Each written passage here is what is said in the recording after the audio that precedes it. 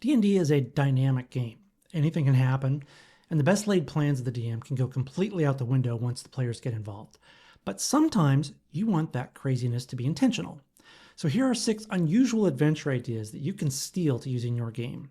Take them as is and fill in the details, or use them as inspiration to create your own brand of fantasy chaos. When the moon hits just right over the crumbling headstones of a nearby graveyard, the dead don't rise for vengeance. They rise to party. A mysterious artifact known only as the Soul Spinner, buried beneath an old crypt, has begun pulsing with arcane energy. It reanimates the dead into a euphoric trance every midnight. Townsfolk report ghostly lights, booming bass lines from underground, and distant echoes of glittery laughter. Tasked with investigating this strange phenomena, the party soon discovers a secret society of necrodancers determined to preserve the groove across eternity. To prevent the boundary between life and death from collapsing into one giant eternal dance floor, the heroes must brave trap-laden catacombs, decode magical song lyrics, and survive a nightmarish final performance where every failed move could be their last. Remember, kids, dance like no one's watching. While trekking through the misty highlands of a remote mountain range, the party stumbles upon an ancient emerald-scaled dragon squatting uncomfortably in a wildflower-dotted meadow. It is red-faced, straining mightily, and deeply mortified to be seen mid-defecation. This awkward encounter reveals a bizarre curse. The dragon, once proud and fearsome, has been magically afflicted with chronic constipation by a vengeful gnome alchemist. Desperate for relief and maybe even revenge, the dragon offers the adventurers a horde-level reward if they retrieve a rare, sentient laxative mushroom known as the Grumbler. This fungi only grows in the digestive tracts of a sleeping purple worm that haunts a vast forest. Now the party must endure an absurd quest full of herbalist druids, potion mishaps, and a literal journey into the bowels of a sleeping giant poisonous invertebrate while avoiding the stuck-up dragon's increasingly irritable temper and the occasional sulphurous wind. As an alternate variation of this theme, you could have the party assist a huge yet obviously pregnant dragon, desperately trying yet utterly failing to lay a very overdue egg. The worm beseeches the party to locate a magical herb that will induce labor and relieve the pleading dragon of its agony. In a glittering kingdom in a far-off land, the eccentric and paranoid king secretly hires the party to stage his own murder, claiming he needs to escape the pressures of royal life and expose a nefarious court conspiracy. He demands a convincing spectacle, blood, witnesses, even a dramatic final gasp before he disappears into exile with a pouch of diamonds and a new identity. But practically on the same day, the queen summons the same adventurers in secret, offering a hefty sum to actually assassinate her insufferable husband and make it look like an accident. Unaware of each other's contracts, both royals entangle the party in a lethal loop of intrigue, disguise, and deception. Now caught between fake murder and the real regicide, the party must navigate double crosses, meddling nobles, and their own conscience as they attempt to decide, do they fake the king's death, actually commit the murderous crime, or play both sides to some third and as yet unknown outcome. The divine realm is in upheaval, and the party finds themselves at the emotional epicenter when their cleric's goddess of healing and the warlock's patron god of ambition and chaos begin a cosmic divorce after millennial celestial matrimony.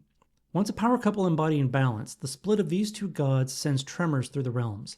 Prayers misfire, blessings backfire, and the party's magical synergy starts unraveling. As celestial custody battles break out over sacred relics and spiritual domains, the party is pulled into divine mediation, delivering tearful messages, intercepting passive-aggressive omens, and enduring the gods' jealous attempts to win the loyalty of their respective followers. With temples choosing sides and minor deities gossiping like drunken bards, the adventurers must find a way to either reconcile the divided pair or broker a peaceful split before their own party tears apart under the weight of divine drama. Tasked with acquiring a rare alchemical reagent, the party arrives in a sleepy town on the outskirts of the kingdom. This is where it's rumored that an unknown person somewhere within the village quietly hoards a vial of the stuff. But just as their search begins, an old curse flares to life. No one in the town will believe a single word the adventurers say. Claims of their names, intentions, or even the concept of shopping are met with polite confusion, skeptical scoffs, or outright laughter.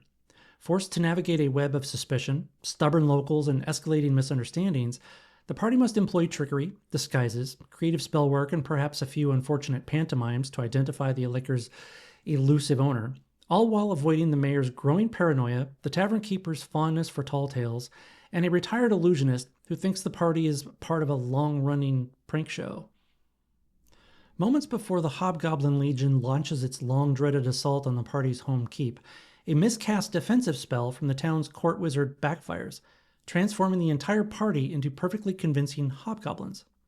Now mistaken for the enemy shock troops, the party is swept up in the invasion's first wave, armed with crude axes, shouted orders, and a suspiciously affectionate warg named Pickles, who's decided they are her new pack.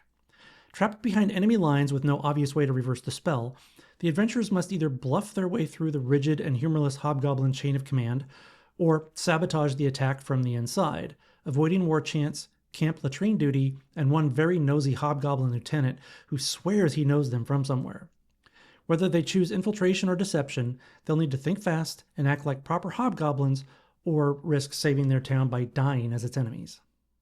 I've actually run one of these adventures for a group of experienced players who had been growing bored with your standard D&D tropes. It was the number 2 Defecating Dragon adventure. It was a lot of fun, and they enjoyed the way I took a traditional foe and turned things a bit upside down. The players had a bit of an evil bent and ended up slaying the dragon anyway, but regardless of that, a good time was had by all.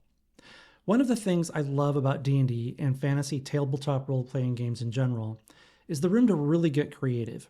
I've said in previous videos that it's easier to edit than to create, so when things get stale, take something familiar and spin it on its head. Be sure to post your crazy ideas in the comments, or if your table's game dynamically went for a trek through bizarre land, share that too. If you found value in this video, be sure to click the like button and consider subscribing to support the channel. As always, have fun, stay cool, and keep your dice rolling.